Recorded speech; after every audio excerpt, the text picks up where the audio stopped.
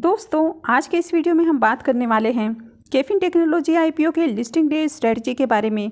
कल आईपीओ की लिस्टिंग होने वाली है, तो आईपीओ के लिस्टिंग वाले दिन आपकी क्या स्ट्रेटजी होनी चाहिए। इसके बाद हम बात करेंगे सभी आईपीओस के ग्रे मार्केट प्रीमियम के बारे में कि अभी इनका ग्रे मार्केट में प्रीमियम कितने पे ट्रेड कर रहा है और आईपीओ की लिस्टिंग किस प्राइस पे हो सकती है। तो इससे पहले कि मैं वीडियो को शुरू करूं, अगर आप इस चैनल पर पहली बार विजिट कर रहे हैं या फिर आपने अब तक चैनल को सब्सक्राइब नहीं किया है तो प्लीज़ सबसे पहले चैनल को सब्सक्राइब कर दें और अगर आपको वीडियो अच्छी लगे तो वीडियो को भी लाइक कर दें। तो चलिए वीडियो को शुरू करते हैं। नमस्कार दोस्तों, आप सबका आपके अपने यूट्यूब चैनल इन्वेस्टिंग विद रेखा में बहुत बहुत स्वागत है। सबसे पहले हम एलियन इलेक्ट्रॉनिक्स आईपीओ के ग्रे मार्केट प्रीमियम को देख लेते हैं। तो आईपीओ की अलॉटमेंट की बात करें तो आईपीओ का अलॉटमेंट हो चुका है और लिस्टिंग 30 दिसंबर को होने वाली है। अभी इसका ग्रे मार्केट में प्रीमियम 0 पे ट्रेड कर रहा है और आईपीओ का जो बुकिंग प्राइस है वो 247 रुपये है। तो इसका मतलब है कि आईपीओ की लिस्टिंग आपको 247 रुपये के अराउंड ही देखने को मिल सकती है।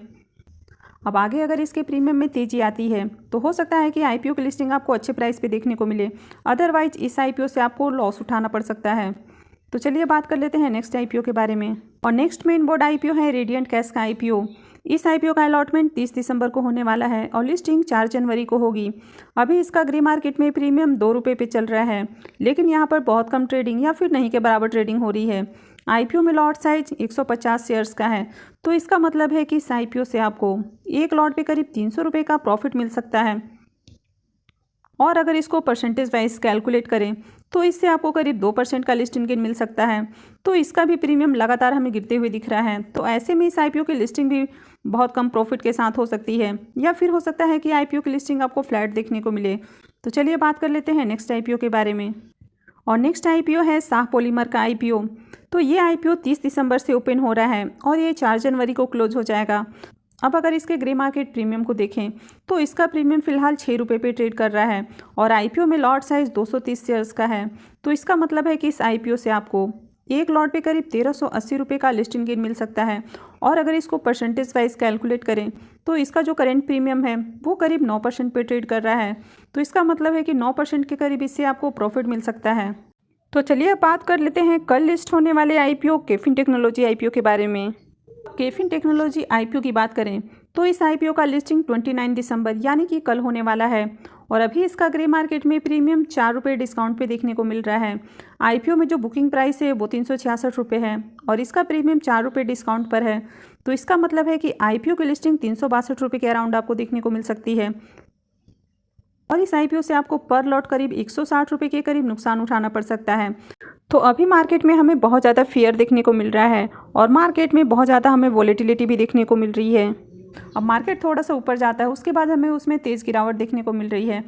तो ऐसे में इस आईपीओ की लिस्टिंग प्रॉफिट में होने की उम्मीद तो बिल्कुल भी नहीं लग रही है। अब कल कैफिन टेक्नोलॉजी आईपीओ की लिस्टिंग होने वाली है। अब कंपनी के बिजनेस की बात करें तो कैफिन टेक्नोलॉजी लिमिटेड एक leading technology driven financial services platform है। अब जैसे कि आपने बहुत बार सुना होगा कि आईपीओ का ऑफिशियल रजिस्ट्रार कैफिन टेक्नोलॉजी है, तो बेसिकली कंपनी जो है एक रजिस्ट्रार कंपनी है, यानी कि आईपीओ वगैरह जब लाने होते हैं तो कंपनी उनका पूरा प्रोसेस देखती है। अगर कंपनी के बिजनेस की लॉन्ग टर्म में बात करें, आने वाले समय में भी कंपनी के बिजनेस में ग्रोथ देखने को मिल सकती है। तो अगर कंपनी के बिजनेस की बात करें तो कंपनी का ओवरऑल बिजनेस काफ़ी अच्छा है। तो अगर कंपनी की ओवरऑल फाइनेंशियल की बात करें तो कंपनी के फाइनेंशियल हमें अट्रैक्टिव देखने को मिल रहे हैं और कंपनी ने यहाँ पर अच्छा प्रॉफिट भी जनरेट कर रही है। लेकिन अगर कंपनी के ऊपर डेट की बात करें तो कंपनी के ऊपर करंट में 126 करोड़ रुपए का डेट है और ये जो आईपीओ है ये पूरी तरह से ओएफएस आईपीओ है, यानी कि कंपनी के जो प्रमोटर्स या शेयर होल्डर्स हैं वे अपनी ये स्टेक को सेल कर रहे हैं। तो ऐसे में आईपीओ के जरिए जो भी फंड रेज होने वाला है तो इससे कंपनी को 1 रुपये का भी बेनिफिट नहीं होने वाला है। लेकिन कंपनी के ऊपर जो कर्जा है वो करीब 126 करोड़ का है और कंपनी के 1 साल के प्रॉफिट की बात करें तो ये करीब 148 करोड़ रुपए का हो जाता है। तो ऐसे में कभी भी कंपनी अपने डेट को पूरी तरह से उतार सकती है। तो अगर आईपीओ के लिस्टिंग डे स्ट्रेटजी के बारे में बात करें तो उससे पहले आपको ये समझना होगा कि आपने इस आईपीओ में long term point of view से इन्वेस्टमेंट किया है या फिर आपने इस आईपीओ में सिर्फ और सिर्फ लिस्टिंग गेन के लिए अप्लाई किया है। तो जिन्होंने भी इस आईपीओ में long time point of view से इन्वेस्टमेंट किया है तो वे इसको होल्ड कर सकते हैं। तो अगर आपने इसमें long time point of view से इन्वेस्टमेंट किया है तो फिर आप इसको होल्ड कर सकते हैं। अब कंपनी जो अपना आईपीओ लेकर आई है वो 39.37 के पी पे लेके आई है, तो इसका मतलब है कि वैल्यूएशन वाइज आईपीओ महंगा है। अगर कंपनी 25-26 के पी पे अपना आईपीओ लाती तब आप इसको एक फेयर वैल्यूएशन पे बोल सकते थे कि आईपीओ अपने फेयर वैल्यूएशन के आसपास आया है। तो यहाँ पर IPO थोड़ा सा हाई वैल्यूएशन पर देखने को मिल रहा है। तो अभी जिस तरह की मार्केट में हमें गिरावट और एक फियर का माहौल देखने को मिल रहा है, तो ऐसे में IPO की लिस्टिंग आपको फ्लैट या फिर थोड़ी सी हमें गिरावट के साथ देखने को मिल सकती है। और जब इसका P 25-26 के अराउंड हो जाएगा तो उसके बाद आपको फिर से इसके प्राइस में थोड़ा सा उछाल देखने को मिल सकता है। तो अगर आप लॉन्ग टाइम इन्वेस्टर हैं तो आपको यहाँ पर पेशेंस के साथ इसको होल्ड करना होगा, क्योंकि हो सकता है कि कुछ दिनों के बाद इसके प्राइस में और थोड़ी सी आपको गिरावट देखने को मिले, और जब इसके प्राइस एडजस्ट हो जाएंगे तो उसके बाद फिर से आपको इसमें तेज़ी देखने को मिल सकती है। तो अगर आप लॉन्ग टर्म इन्वेस्टर हैं तो ही आप इसको होल्ड करें, अदरवाइज़ आप इसको सेल कर सकते हैं। अब बात कर लेते हैं उन लोगों की जिन्होंने इसको सिर्फ लिस्टिंग गेन के लिए अप्लाई किया है। तो अगर आपने लिस्टिंग गेन के लिए अप्लाई किया है तो आपका पॉइंट ऑफ व्यू बिल्कुल क्लियर होना चाहिए। अब आप लिस्टिंग वाले दिन ही आप इस IPO को सेल कर सकते हैं, क्योंकि जिस तरह भी मार्केट में हमें सिचुएशन देखने को मिल रही है, तो कभी थोड़ा सा मार्केट अप जाता है, उसके बाद उसमें हमें थोड़ी सी फॉल देखने को मिलती है, फिर से अगले दिन उसमें थोड़ी तेज़ी फिर गिरावट देखने को मिल रही है। तो अभी मार्केट हमें थोड़ा सा वोलेटाइल देखने को मिल रहा है। तो ऐसे में ये कहना मुश्किल है कि अगर IPO लिस्ट होता है तो उसके बाद इसके शेयर का प्राइस कब ऊपर जाएगा।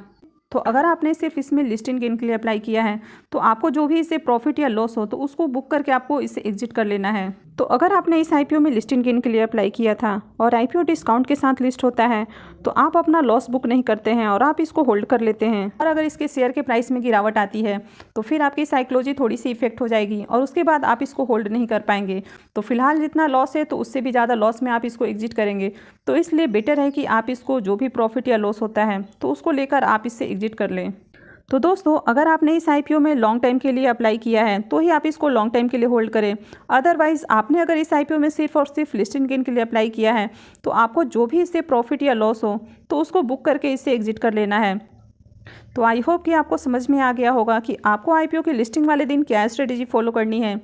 तो अगर आपको वीडियो अच्छी लगी है तो प्लीज़ वीडियो को लाइक कर दें, और आगे भी इसी तरह की अपडेट के लिए चैनल को सब्सक्राइब कर लें। और वीडियो को अंत तक देखने के लिए आप सबका बहुत बहुत धन्यवाद।